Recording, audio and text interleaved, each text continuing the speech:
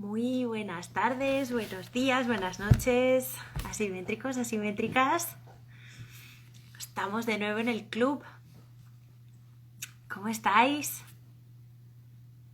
A ver quién anda por aquí.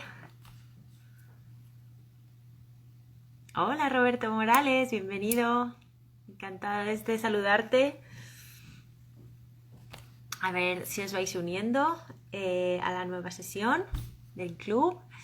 Hoy es miércoles 9 de diciembre ya, 9 de diciembre ya, madre mía, de 2020. Y nada, estamos de nuevo con nuestro club. Hoy venimos con un nuevo libro. Hoy vamos a hacer un viaje casi bueno, nos vamos a ir de continente, a cambiar de registro totalmente, porque hoy vamos a estar leyendo en la materia del mundo. Hoy vamos a hablar con Eva Fernández del Campo sobre escultura hindú. Hola María Verónica, ¿qué tal? ¿Cómo estás? Hola Eva, ya te veo. Dame 5 minutillos que se vayan uniendo. Y enseguida te doy paso y empezamos a hablar de este maravilloso libro que tenemos hoy entre manos. Antes de empezar, como siempre, voy a dar las gracias de nuevo a Juhani Palasma y a Keral Garriga, que estuvieron con nosotros la sesión el miércoles pasado. Fue de nuevo una sesión, bueno, increíble. La tenéis, por supuesto, colgada en nuestro canal de Instagram TV, por si acaso, si os apetece ir a verlas. Hay 2 sesiones de Tocando el Mundo, podéis ir a verlas. Y nada, ahí las tenéis. Las 2 son en inglés, por supuesto, porque bueno, pues, es el idioma en el que podemos comunicarnos más fácilmente con Juhani Palasma. Y nada, desde aquí muchísimas gracias a los dos, a Keralt y a Juhani, por estar con nosotros tanto el miércoles pasado como en las 2 sesiones del club, que la verdad...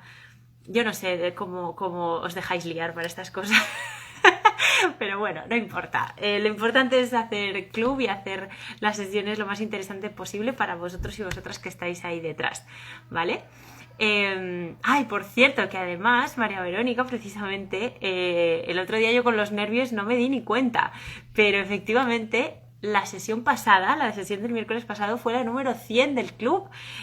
No sé ni cómo se me pudo pasar. Yo creo que con toda la cosa esta de técnica, de que si escuchábamos a Juhani o no, tal, se me fue el santo al cielo. Y la verdad que, bueno, nada, me alegro muchísimo de que después de 100 sesiones de club sigamos aquí cada día con más autores, autoras, libros, lecturas, cosas alrededor de este mundo tan maravilloso que es la edición.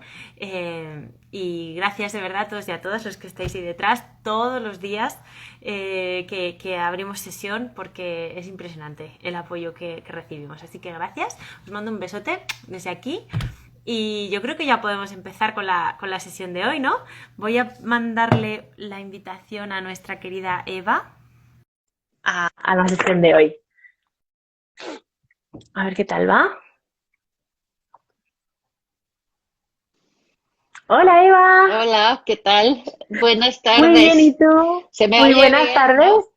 Se te oye perfecto, yo te oigo, vamos, cristalina. ¿Qué tal? ¿Cómo estás? Pues muy bien, un poco nerviosa porque es la primera vez que estoy en esta Nada, cosa de Instagram y me da la no pasa sensación nada. de que todo me va a fallar.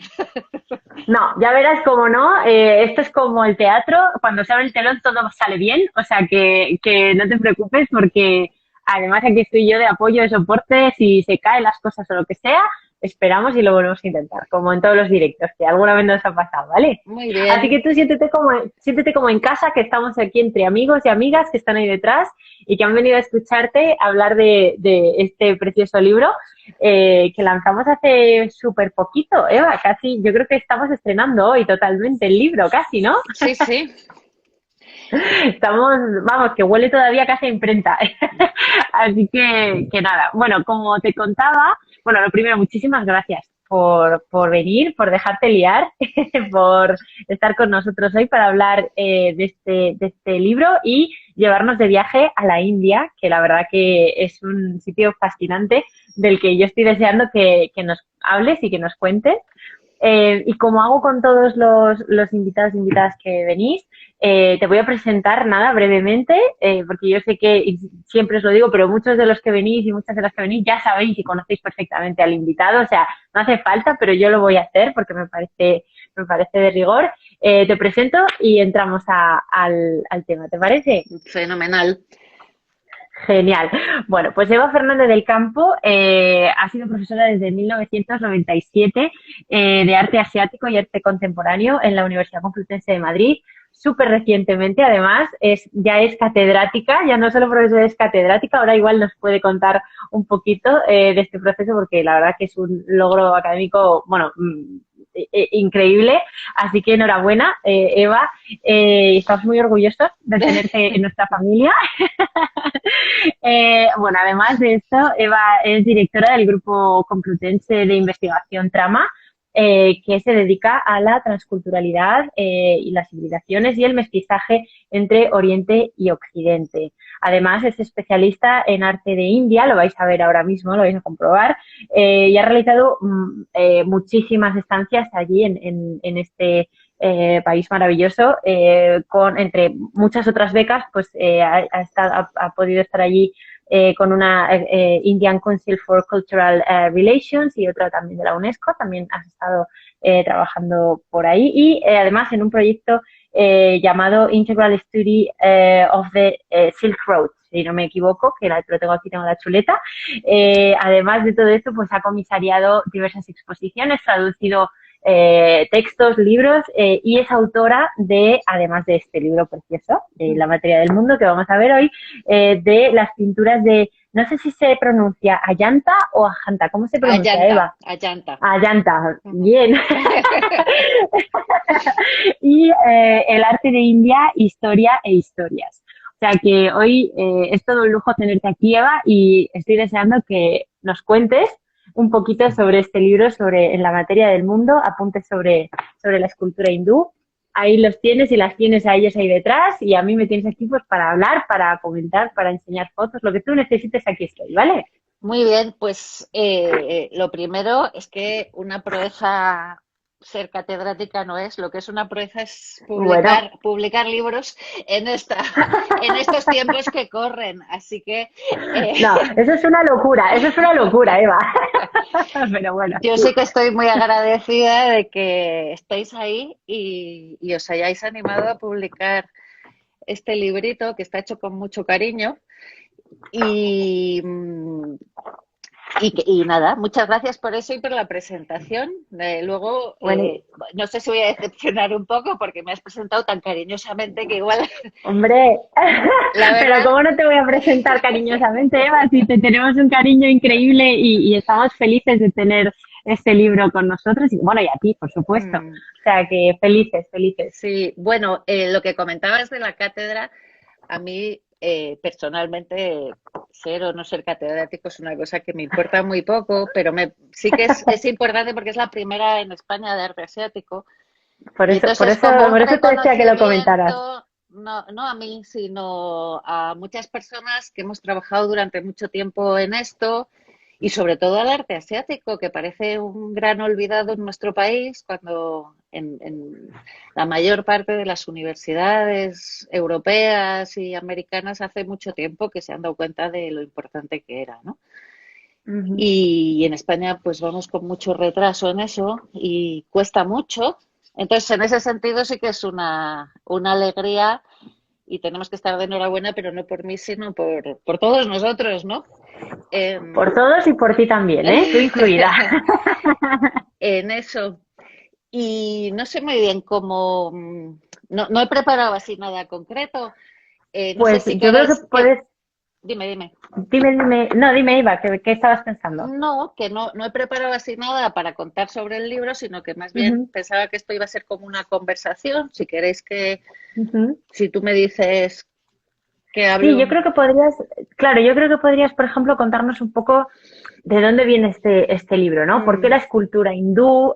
Por ejemplo, porque tú tienes otros libros dedicados más bien al arte, un poco más amplia, ¿no? ¿Por qué en la escultura? Quizá nos puedes contar un poquito la estructura del libro, a ver qué partes recorres y si nos quieres leer algo, por supuesto. Vale, y no sé si me queréis interrumpir y preguntar cosas y lo que sea, yo, eh, Eso es. vamos, que no, Ya sabéis que los comentarios están ahí abajo abiertos y yo le voy a trasladar a Eva todo lo que preguntéis, así que con total libertad. vale, pues fenomenal. Entonces, Eva, cuéntanos un poquito, qué es esto de la escultura hindú y por qué dedicarle un libro? Bueno, la escultura hindú es el arte indio por excelencia, ¿no? Es la Ujú, manifestación más importante, que más desarrollo ha tenido y es muy espectacular desde todos los puntos de vista. Por supuesto, iconográficamente, todas esas cosas que estamos tan acostumbrados, pero a mí siempre me ha atraído mucho el aprecio que tienen los indios por los materiales. ¿M?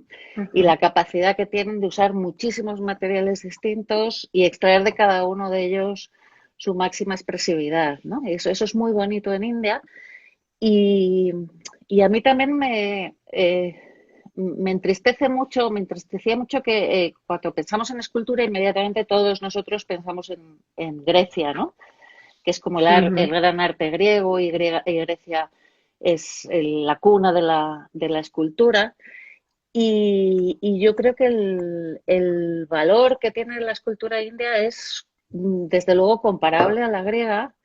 Y en ese sentido de aprecio de los materiales, yo creo que tiene mucho más recorrido que la escultura griega, ¿no? Porque trata Ujú, muchísimo esa capacidad de cada uno de los distintos materiales de expresarse, algo que en el mundo griego no pasa, ¿no?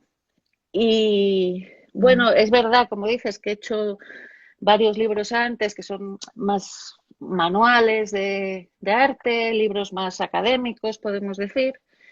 Y aquí me apetecía pues no hacer ni un recorrido exhaustivo ni lineal de la escultura, sino tratar esas características que a mí me han enamorado siempre y que me parece que son muy atractivas y que muchas veces se nos olvida cuando vemos desde la perspectiva occidental, ¿no? Porque estamos acostumbrados a ver el arte de una determinada manera. Entonces, un poco los ujú. capítulos son un recorrido por eso que a mí me parece llamativo del arte indio y que nos ayuda a entender un canon de belleza que no tiene nada que ver con nuestros cánones occidentales, que nos abre muchos horizontes, ¿no? Y desde luego que nos permite disfrutar de otras expresiones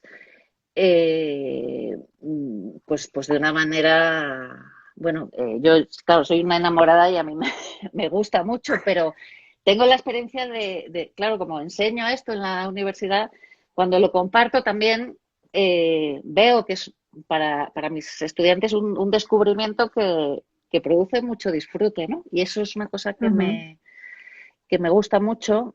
De hecho, el libro empieza con una cita de Alexandra David Neal que dice, para ujú. aquel que sabe mirar y sentir, cada minuto de esta vida libre y vagabunda es una auténtica gloria.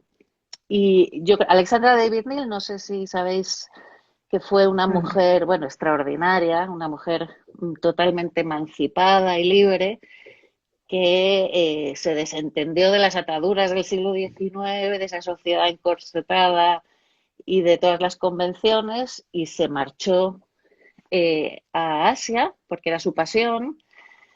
Fue la primera mujer en llegar a Tíbet y fue una mujer que durante toda su vida disfrutó de ese conocimiento y de esa aventura. Yo creo que India le propuso a Alexandra algo que es muy de agradecer, ¿no? Que es ese sentido del disfrute constante de la vida, que a nosotros ujú. a veces se nos olvida mucho, ¿no? Porque esa visión que tenemos de la vida como un valle de lágrimas a veces nos, Sí, nos impide quizá disfrutar. claro, quizá porque eso también a nosotros nos viene dado pues por esta cuestión religiosa, ¿no?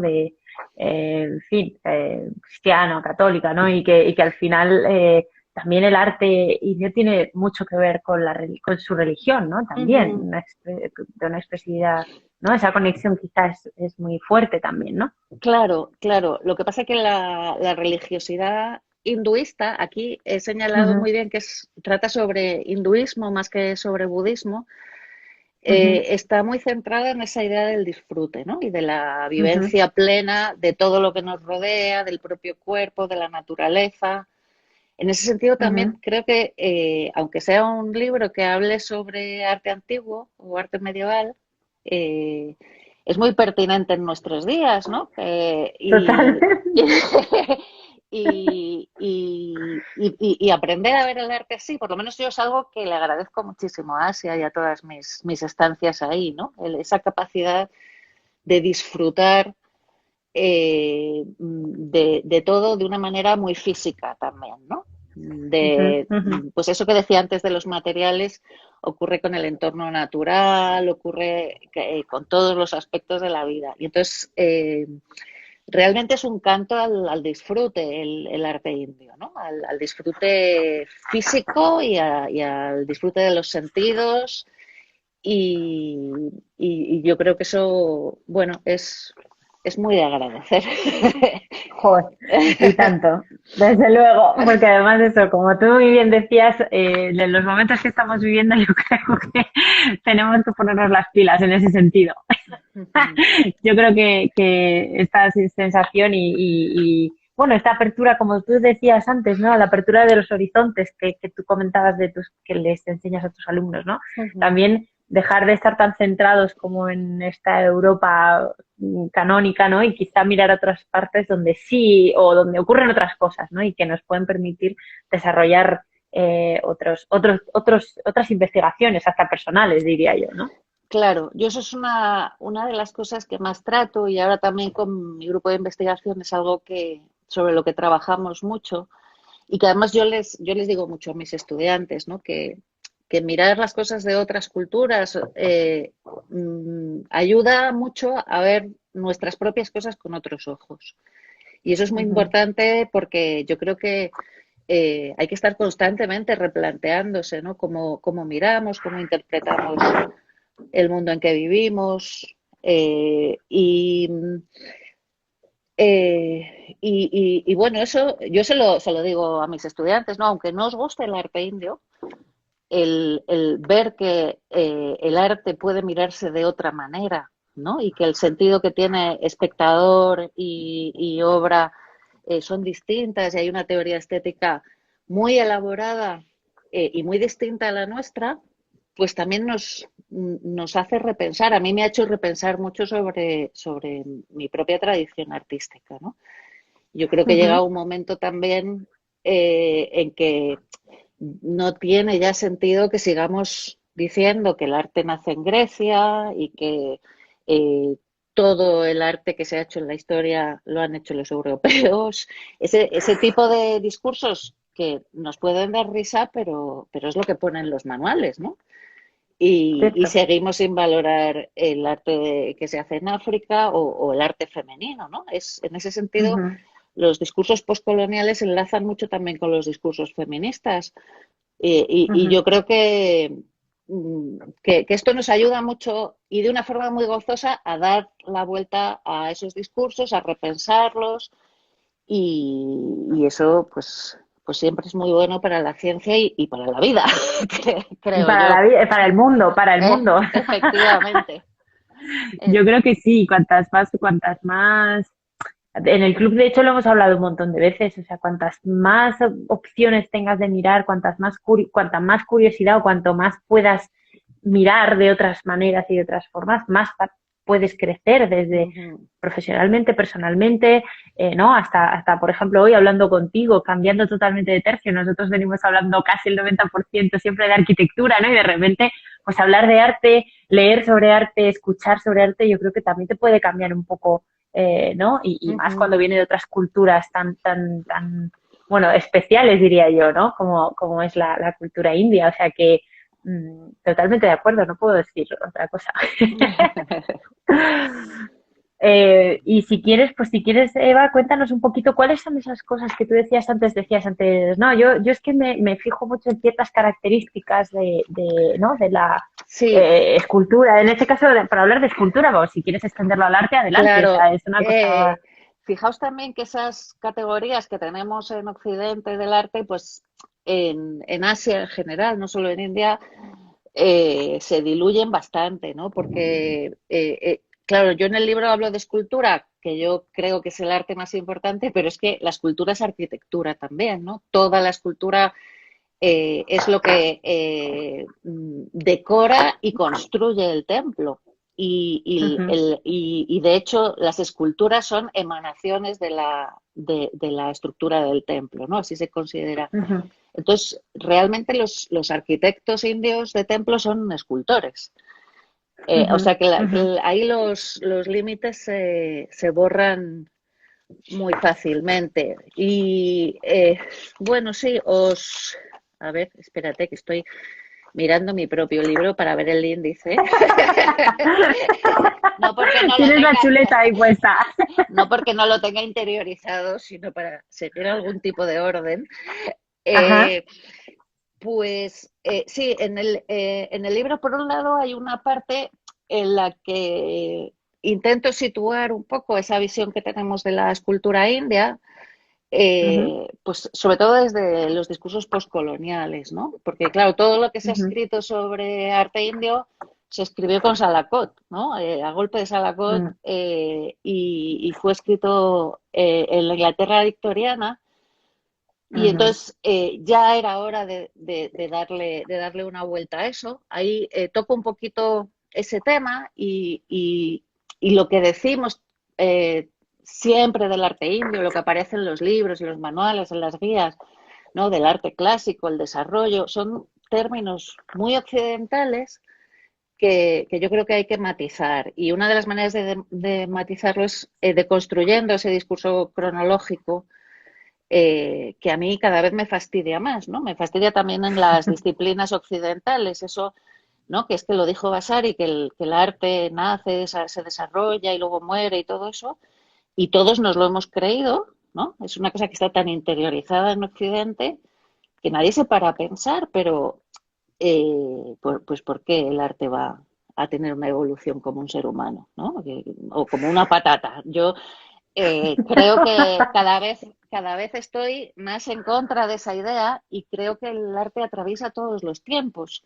Eso, ujú, por ejemplo, a mí me pasa mucho, yo también enseño arte chino y me pasa ujú. mucho que estoy hablando del neolítico chino y mis alumnos me dicen, claro, es que esto es mucho más contemporáneo que lo que estamos viendo en arte actual. Ujú, ujú, Yo creo que la modernidad no es un problema cronológico, sino de actitudes y esa es una de las grandes enseñanzas de Asia, ¿no? Esa es Atemporalidad, a, quizá. atemporalidad o falta de interés por lo cronológico, ¿no? Ujú, Y sobre ujú, todo esa idea de progreso ujú, que está tan inserta en nuestra forma de ver el mundo, ¿no? Parece que todo evoluciona siempre hacia mejor y que hay un punto al que debemos llegar. Yo no es que no diga que, o sea, yo no creo que haya que tomar partido por una u otra postura, pero el de vez en cuando plantearse que eso no tiene por qué ser así, ¿no? Y que a mí me pasa mucho con el arte contemporáneo, que yo enseño arte contemporáneo también y me gusta mucho, pero a veces pues lo más actual me parece pues muy viejuno en muchos aspectos, ¿no? Y entonces creo que eso, pues hay que relajarse un poco en ese tema de la cronología, ¿no? Eso ujú, lo trato ujú, un poquito en el libro. Otra cosa que yo he aprendido de Asia y que me interesa mucho, me importa y ha condicionado mucho mi forma de ver el arte es la idea de que el arte tiene que ver con la materialidad y que tiene que ver con el contacto no solo visual, sino físico, con los materiales y con esa capacidad asombrosa que tiene el hombre de transformar los materiales, que le convierte en una especie de mago, ¿no? Entonces a mí hay un capítulo que se llama así, cuando el arte es magia, Ujú, porque esa es una de las cosas que yo creo que son más importantes del arte y que también pues muchas veces olvidamos, ¿no? Sobre todo cuando nos interesamos muchísimo por ese arte lleno de discursos y excesivamente conceptual, desde mi punto de vista, a veces, en el que Occidente se ha sentado. ujú, Eh, Otra cosa que me encanta, ¿no? Que no solo de India, sino de todo el resto de Asia, es la capacidad que tiene de vivir en la contradicción, ¿no? Hay que pensar que las formas de pensamiento que surgen en India, el budismo, el hinduismo, son mayoritariamente monistas. Y entonces no tienen esa ujú, forma de pensar dualista en que es blanco o es negro, es bueno o es malo, ¿no? Te decantas o por el cuerpo o por el espíritu, sino todo forma parte de lo mismo y los contrarios siempre tienden a abrazarse. Y eso, desde el punto de vista del arte, está muy bien, pero también desde el punto de vista humano, ¿no? El reconocer ujú, que la contradicción es condición necesaria de nuestra vida y que hay que vivir en ujú. ella, eh, a mí vamos, es una de las cosas que más me gusta y más me interesa de Asia, a todos los niveles. Ujú. Más cosas, hay muchas, ¿eh? Eh, Más cosas, más cosas. por ejemplo, hay un capítulo que se llama La tradición revisitada, Ujú, que también es un tema muy interesante y que tiene que ver con esta idea del tiempo de la que hablaba antes, ¿no? ujú, Nuestro deseo de progresar nos hace también ver la historia del arte como una evolución siempre a mejor, ¿no? Y estudiamos, por lo menos yo soy historiadora del arte y a mí me enseñaban en la facultad que el gótico era una superación del románico, ¿no? Por fin, habíamos conseguido meter luz en aquellas cavernas oscuras románicas y ya el Renacimiento era una superación del gótico porque ya por fin podíamos hacer una perspectiva tridimensional y entonces todo era como una carrera, pues la verdad, muy cansada hacia ese futuro que no sabemos cómo va a ser del arte, ¿no? ujú, ujú, Y sin embargo, en Asia, y esto pasa en India, pero pasa muchísimo en China y en Japón también, no hay nunca una negación de lo anterior, no hay esa idea de que un arte supera al anterior, sino que existe un respeto profundo por los maestros, por los antepasados, por lo que se ha hecho y todo es una especie de eh, mm, revisión y comentario. También pasa en el pensamiento, ¿no? Y en la filosofía. ujú, Y ujú, entonces eso eh, yo creo que ayuda a estar mucho más sosegado, ¿no? Y nos, ujú. a mí por lo menos me quita mucho estrés, porque este mundo en el que vivimos, que hay que saber quiénes son todos los artistas, quién es el nuevo, qué ha pasado ahora, y por qué esto es mejor que el otro. Y quién es el mejor? ¿Y ¿Y quién quién es es? el mejor? ¿Quién es? Y hay que ser mejor que el anterior siempre. Es una cosa Y entonces tremenda, hay sí, que sí. verlo todo, ¿no? Hay que ir a todas las exposiciones y verlo todo, lo cual acaba eh, haciendo que no veas nada, ¿no? Que llegues a los museos y vayas a toda prisa y entonces esa idea de que el arte es algo que tiene mucho más que ver con la quietud, con la contemplación, con la absorción. Ujú, Ahí hay una frase muy bonita de María Zambrano que dice que el arte es detener la morada, ¿no? Que a mí me parece que es fundamental, ¿no? Ese momento silencioso, de calma, de interiorizar algo y que no hace falta que uno vea todo y recorra todo y lo sepa todo, sino que la experiencia estética y ese placer puede estar en las pequeñas cosas y en un momento dado y no hace falta abarcar el mundo entero. Eso ujú. es otra de las cosas que a mí me gusta y además me da un poco de paz en en este mundo Sí, tan... porque es verdad, porque lo que acabas de decir, ¿no? No abarcar el mundo entero, no pretender abarcarlo, al final es que estamos constantemente también un poco atacados y atacadas pues, por todas partes, ¿no? Quiero decir, hay inputs por todas partes, todo el rato hay que estar al día, si no estás al día estás perdido, estás Mm, obsoleto, es una cosa, esta ansiedad, yo creo que nos puede generar, vamos, yo creo que nos genera ansiedad porque sí, es una cosa en la que no puedes estar viviendo todo el rato, ¿no? Y esta contraposición de la quietud, de la calma, del continuo, ¿no? La continuidad, no entendida como, como no renovación, sino como un flujo, por así decirlo, algo, ¿no? ujú. Yo creo que sí, Sí, esto que además nos es puede dar un que poquito de serenidad.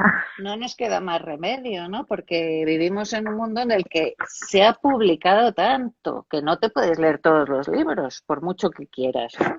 Entonces, no puedes, o sea, había veces me preguntan mis alumnos, si fulanito de tal, lo que dice, y yo, es que no me he leído a fulanito de tal. O sea, ya antes cuando empecé a dar clases me daba pudor, ¿no? Pero luego me di cuenta de que es que mucha gente miente, ¿no? Digo yo, o sea, he hecho cuentas y los días que tengo, las horas que le dedico, no puedo haberlo leído todo. Entonces yo No creo, puede ser, no puede ser, no da tiempo. claro, ahí hay que relajarse un poco y ser honesto con uno mismo y con los demás. Y bueno, lo poquito que abarcas es lo que abarcas y si lo puedes compartir, que ese es el gran disfrute del arte, ¿no? El poder compartir Mm, eso con los demás, pues maravilloso. Eh, Más cosas que os más cosas. cuento, pues importantísimo también, ¿no? Hay un capítulo que lo llamo evocando un libro de Coomaraswamy, La transformación de la naturaleza en arte, Ujú, que es también otra de las grandes enseñanzas del arte indio, ¿no? Que es la ujú. integración absoluta y el deseo de que el arte no altere el entorno, ¿no? Yo creo que los indios son los primeros ecologistas, aunque nos creamos que la ecología se la inventaron los alemanes, eh, es algo que está muy interiorizado desde siempre en su pensamiento y en su forma de ser. Y entonces esa, ese deseo de no molestar al paisaje, de que los propios materiales hablen por sí mismos, ¿no? De disfrutar de la textura, del color, del olor de cada una de las piedras sin necesidad de disfrazarlas. Eso es muy bonito y además también es de plena actualidad, ¿no? Voy a poner estas imágenes, Eva, porque a mí estas siempre, el día, vamos, el día que empezamos a volcar el libro y llegaban, esto me parecieron muy bonitas y muy fascinantes estas, ¿no? Estas Sí, imágenes. eso que tenéis a la derecha es una Yaxini, que es la antropomorfización del espíritu del árbol, ¿no? Que se representa como una Ujú, mujer muy sensual que está agarrada al árbol y que le hace brotar.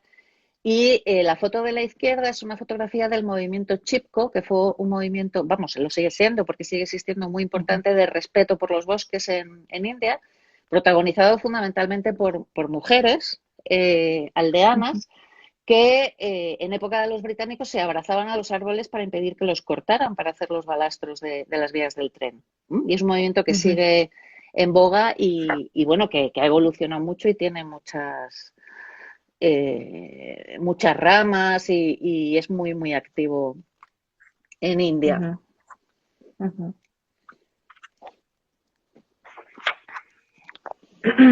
Sí, luego tienes aquí precisamente el mapa de la India, también. Lo voy a poner porque es un mapa, Pon el de los materiales, ese es el un de los mapa materiales, físico. sí, Bueno, los el mapa mapas físico. y los dibujos del libro los ha hecho Sergio Román, que es otro Ujú. especialista en arte indio, que le dije que se conectara para hablar con nosotros, pero está el pobre dando clase a estas horas. Ay, vaya, bueno, no pasa Y nada. Como lo vamos a dejar colgado, lo puede ver ajá, después. Ahí está el mapa. pues ahí ha hecho un mapa que a mí me parece maravilloso, localizando cada material que se utiliza en la escultura en cada zona de India.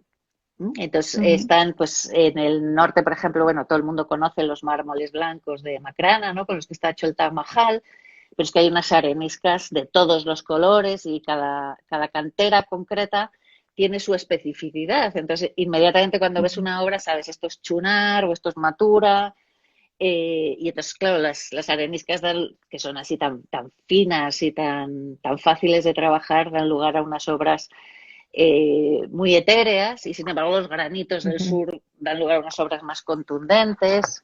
Eso es, como decía, a mí una de las cosas que me sigue fascinando y sorprendiendo, ¿no? Porque, claro, también acostumbrados a un mundo donde muchas veces disfrazamos los materiales, ¿no? Hasta muy recientemente, bueno, yo siempre recuerdo a mi abuela sacando la plata y sacándole brillo a la plata, ¿no?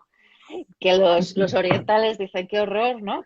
Con lo bonita que es la plata oscurecida por el tiempo, las casas españolas ahí llenas de plata que brilla, o el bronce, ¿no? Que el bronce que es un material tan maravilloso y tan versátil, ¿no? Y que da lugar a tantos matices.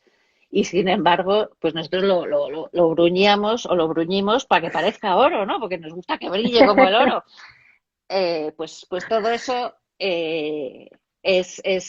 bueno, es una forma de ver los materiales del mundo en que vivimos distinta y muy enriquecedora.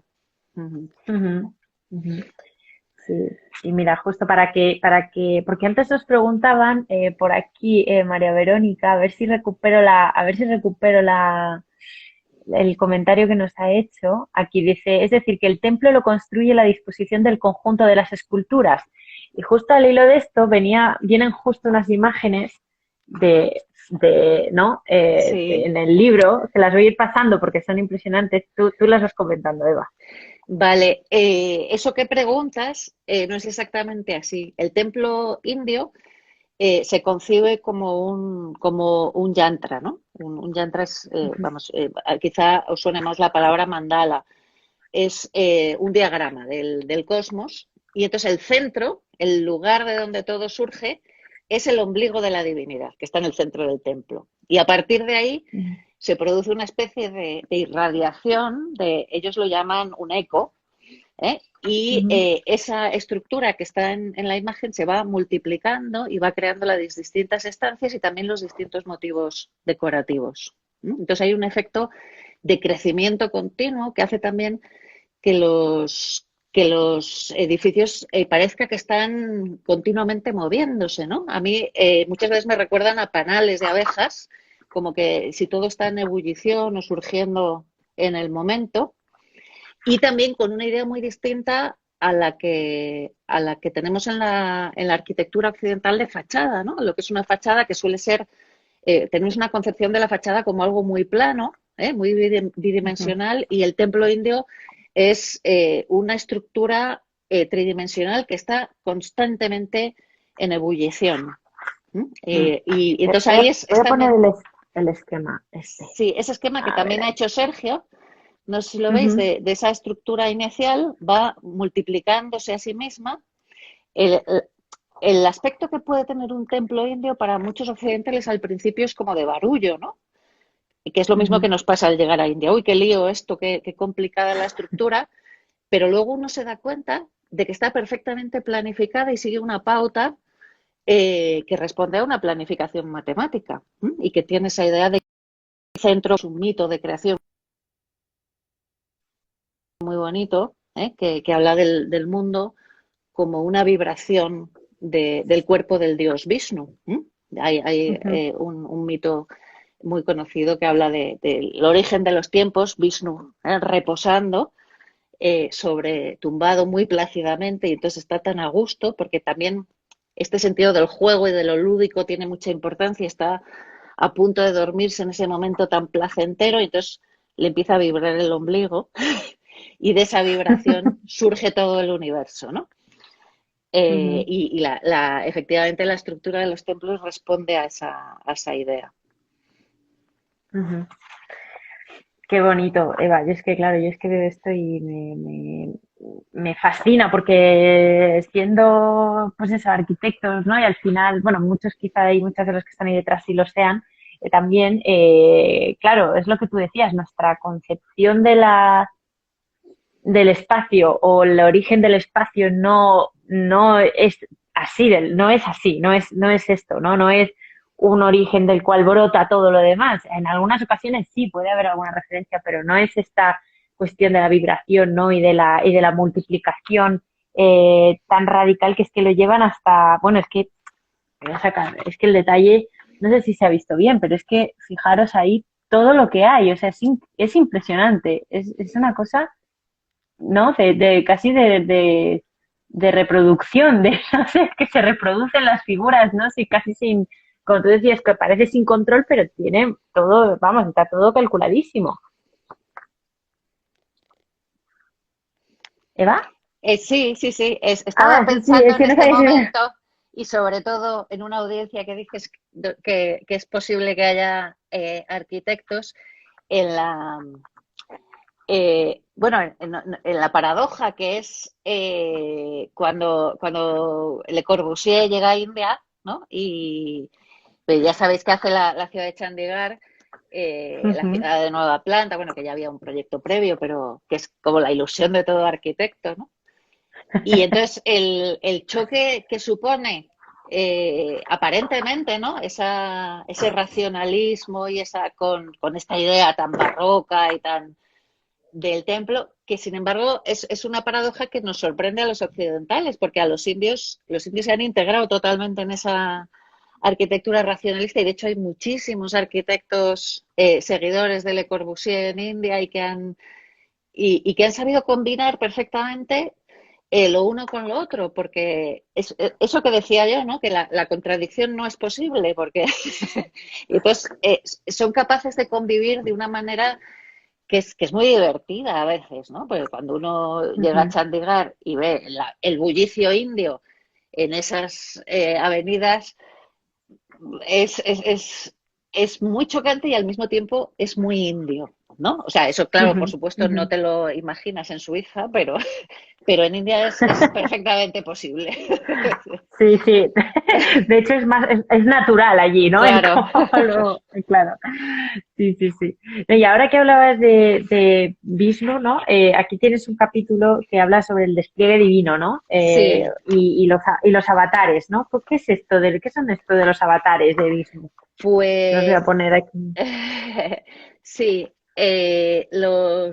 bueno, ahí de lo que hablo es eso, de la idea del templo como despliegue del dios Vishnu, y luego Ujú, Vishnu es el único dios de los panteones indios que tiene la capacidad de terrenalizarse. Y cada vez que ha ujú, bajado a la tierra, pues eso se llama un avatar. ¿Mm? Ha bajado 9 ujú, veces, hay 9 mitos ujú, relacionados con eso y hay un décimo que es Kalki, que está todavía por llegar. Los seguidores de Vishnu piensan que este Kalki está todavía por llegar y le ujú, esperan. Y entonces es ujú, como Vishnu es el dios que interviene en momentos críticos de crisis cósmica, cuando todo parece que se va a hundir, pues él aparece y vuelve a reorganizar las cosas, ¿no? Y ujú, bueno, en cierta manera también es una especie de artista del mundo, ¿no? El que ujú. consigue Sí, sí. volver a poner orden en el desorden. Ujú. Es fascinante, es fascinante. Otra de las cosas que se trata también en el libro es el tema de la sensualidad, ¿no? Que yo creo que es una de las cosas Ujú, también que más nos atraen a los occidentales cuando vemos el arte indio, y es ujú, esa presencia constante de imágenes sensuales, de parejas eróticas, de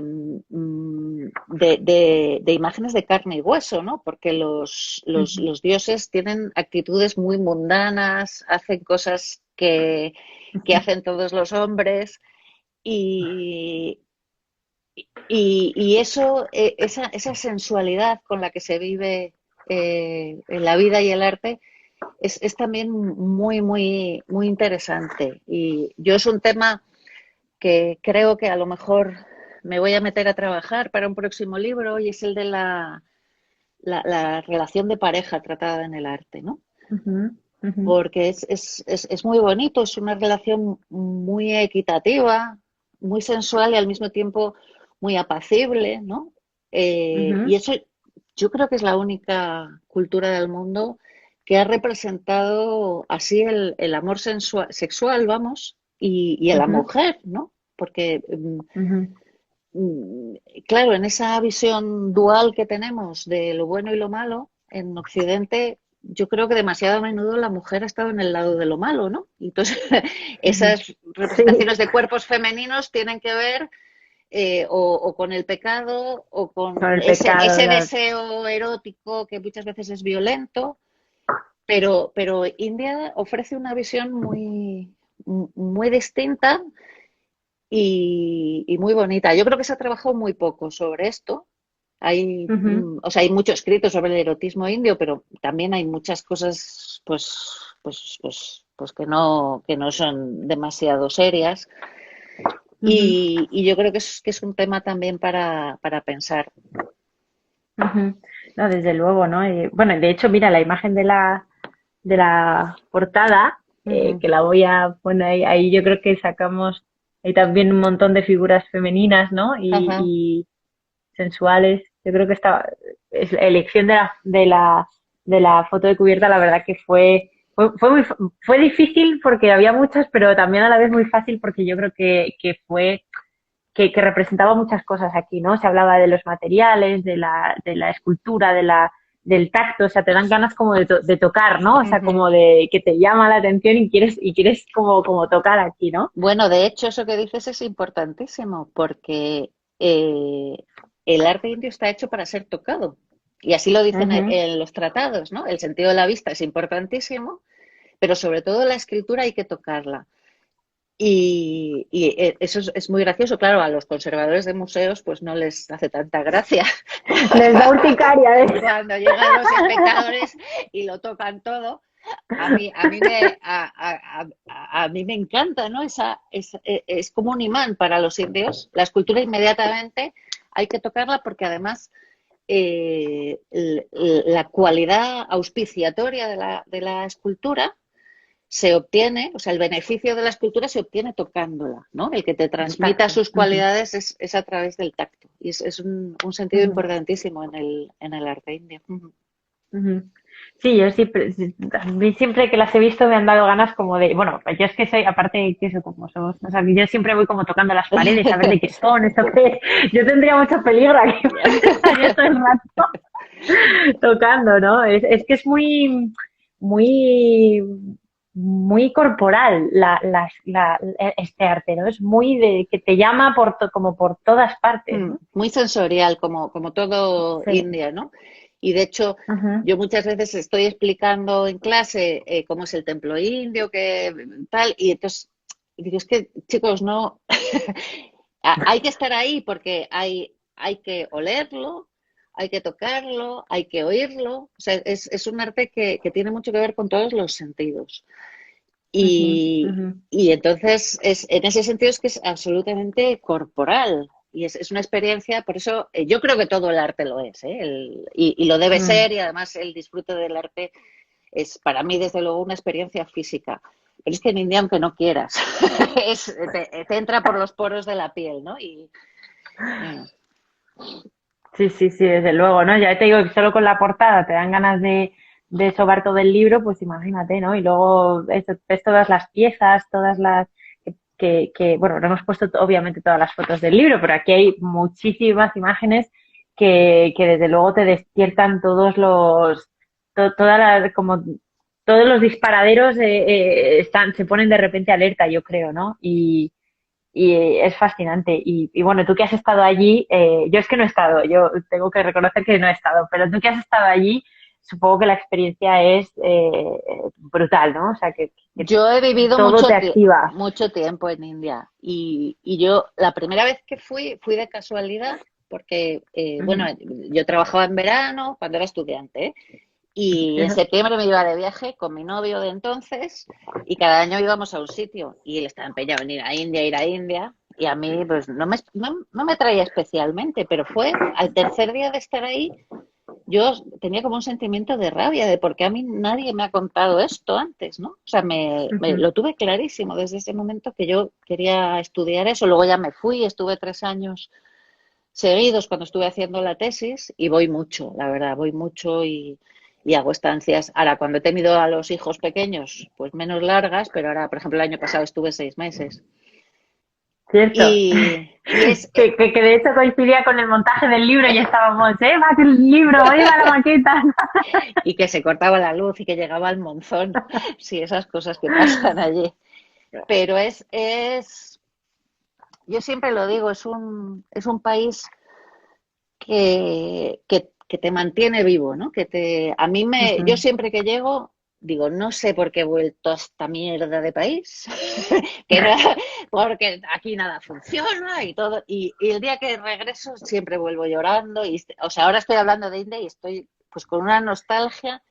Entonces, ¿sabes? No es un país donde todo sea bonito, porque hay muchas cosas horribles, pero esa vivencia constante, ¿no? Estás constantemente vivo, con los ojos abiertos, donde además el arte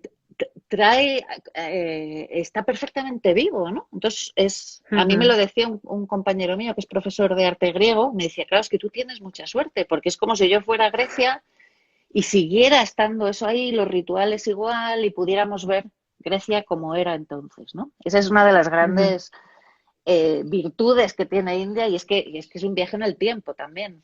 En el tiempo. Sí, no, además por supuesto, de todo lo que es la cultura. O sea, que yo creo que lo que nos pasa es que allí es todo muy complejo. O sea, quiero decir que allí es todo como de una complejidad y tantas capas, ¿no? Después de leer tu libro y lo que cuentas y cosas que lógicamente personalmente pues no llegas a entender, porque lógicamente tendrías que estudiar no sé cuánto como para dar con ello, ¿no? Pero yo creo que quizá ese es el secreto, ¿no? Que tiene muchísimas capas Claro. ¿no? de aproximación y claro, es complicado. Es muy complicado. Yo llevo yendo 30 años, ya os digo, con estancias muy largas. Tengo una relación muy íntima con India, ¿no? Tengo amigos ahí que son como mi familia, tengo la mitad de mi corazón ahí. Pero cada vez que voy veo una India distinta y veo un aspecto de India que no conocía y veo cuántas cosas me quedan por ver. Y claro, menos mal que los indios tienen muchas reencarnaciones, yo siempre lo digo, porque igual así Claro, ellos sí tienen tiempo, tienen tiempo para enterarse de todo, pero es una realidad muy, muy compleja, y eso también la hace muy interesante, claro, porque estás todo el día aprendiendo, todo el día sorprendiéndote de cosas. No, yo nunca me he aburrido en India. Me han pasado muchas cosas, pero aburrirme nunca. Eso es aburrirse nunca, ¿no? Nunca, nunca. Imposible. Jo, pues Eva, mira, vamos llegando ya, es que fíjate, ya son casi -5. No sé si quieres contarnos algo más. Tenemos ahí 2, 3 minutillos antes de tener que despedirnos. Si quieres, no sé, hablar bueno, yo creo que hemos pasado por todos. Luego al final tienes el glosario de términos, que la verdad que a mí me parece fascinante. Porque el lenguaje, esto daría para otra cosa, ¿no? O sea, esto daría para otro libro. El lenguaje madre mía. Sí, Es increíble. he procurado escribir de forma, vamos, yo creo que soy clara escribiendo, no me gusta nada la cosa farragosa ni la abundancia excesiva de notas, pero y términos he procurado no usar muchísimos para no complicar, pero aún así están todos en el glosario explicados. Porque, bueno, yo es que soy muy profesora, entonces creo que todo lo que hay que hacer para pues, poder acercar las cosas a los demás, y en eso, vamos, que, que se me ve mucho el plumero. Siempre. No, pero te lo agradecemos mucho. Los que no sabemos nada, sobre todo los alumnos, yo es que me considero muy alumna y me encanta, porque, bueno, soy muy privilegiada en este sentido porque estoy en un sitio que me permite aprender cada segundo cosas nuevas, ¿no? Entonces, bueno, en este sentido, este libro, bueno, que al final también lo tenemos, el cuadro de los dioses indios, ¿no? Que ha hecho Sergio, bueno, hindúes, perdón, que los ha hecho Sergio, que siempre yo me lío, entre indio e hindú la lío siempre hago algo que no, digo algo que no es, No, hindú es el que practica el hinduismo, o sea que lo has dicho bien. Indios son todos, vale. Los hinduistas, budistas, todos los de India, o sea que lo has dicho ya perfectamente. Está, aclarado. Es que siempre tengo miedo de meter la pata, no sé por qué trae raro, pero bueno, yo creo que este libro, Eva, te vuelvo a dar las gracias por contar con nosotros para hacerlo, porque la verdad es que nos ha abierto otro mundo, otra nueva puerta enorme, otro universo en el que explorar y al que mirar, ¿no? Y seguir descubriendo contigo. Yo por eso te digo que soy muy alumna, o sea, que yo cuando tengo estas sesiones de club, yo, fíjate, o sea, yo salgo con apuntes de todo, como si hubiera ido a clase, porque me encanta escucharos y me encanta aprender con vosotros, ¿no? Así que feliz de haber estado contigo, Eva. Esos son -5 ya, es que se nos ha ido la hora volando.